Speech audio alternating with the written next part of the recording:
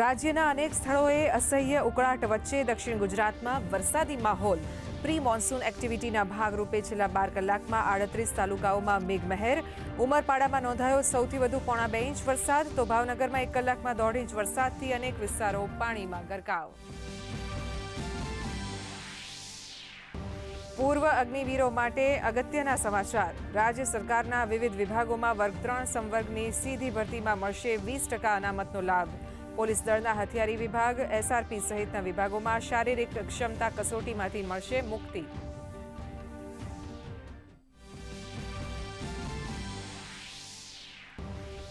નર્મદા જિલ્લામાં ખુલશે વિકાસના નવા દ્વાર. એકતાનગરમાં 9.98 કરોડના એમઓયુ સંપન્ન.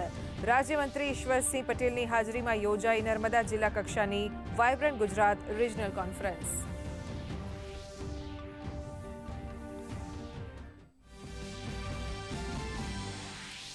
રાજ્યભરમાં આવતીકાલથી શાળા પ્રવેશોત્સવ અને કન્યા કેળવણી મહોત્સવનો થશે પ્રારંભ.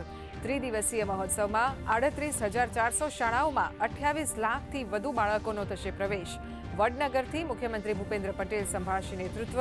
નાયબ મુખ્યમંત્રી, કેબિનેટ મંત્રીઓ સહિત વિવિધ મહાનુભાવો થશે સહભાગી.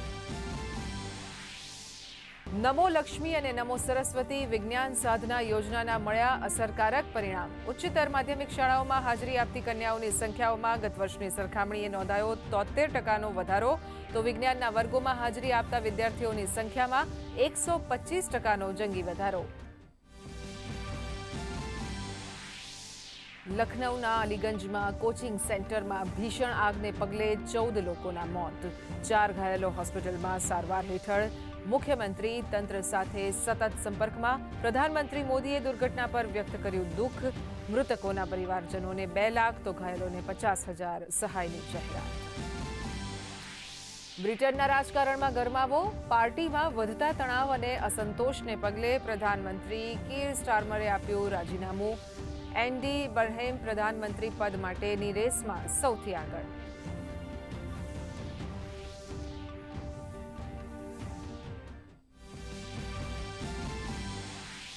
ગુજરાતમાં વર્લ્ડ એથ્લેટિક્સ ચેમ્પિયનશિપ 2031ની સંભવિત યજમાની તરફ મહત્વપૂર્ણ પડાવ. મુખ્યમંત્રી ભૂપેન્દ્ર પટેલ અને નાયબ મુખ્યમંત્રી હર્ષ સંઘવી સાથે વર્લ્ડ એથ્લેટિક્સના 5 સભ્યોના ડેલિગેશને કરી મુલાકાત. સ્પોર્ટ્સ ઇન્ફ્રાસ્ટ્રક્ચર અને આંતરરાષ્ટ્રીય કક્ષાની સુવિધાઓનું કર્યું નિરીક્ષણ. એશિયન રિલે ચેમ્પિયનશિપમાં ભારતની દીકરીઓએ રચ્યો ઇતિહાસ. મહિલા ટીમે 100 મીટર દોડમાં ચીનને મહાત આપી જીત્યો ગોલ્ડ મેડલ. 1 ગોલ્ડ, 1 સિલ્વર અને 1 કાંસ્ય સાથે ભારતના નામે 3 ચંદ્રક.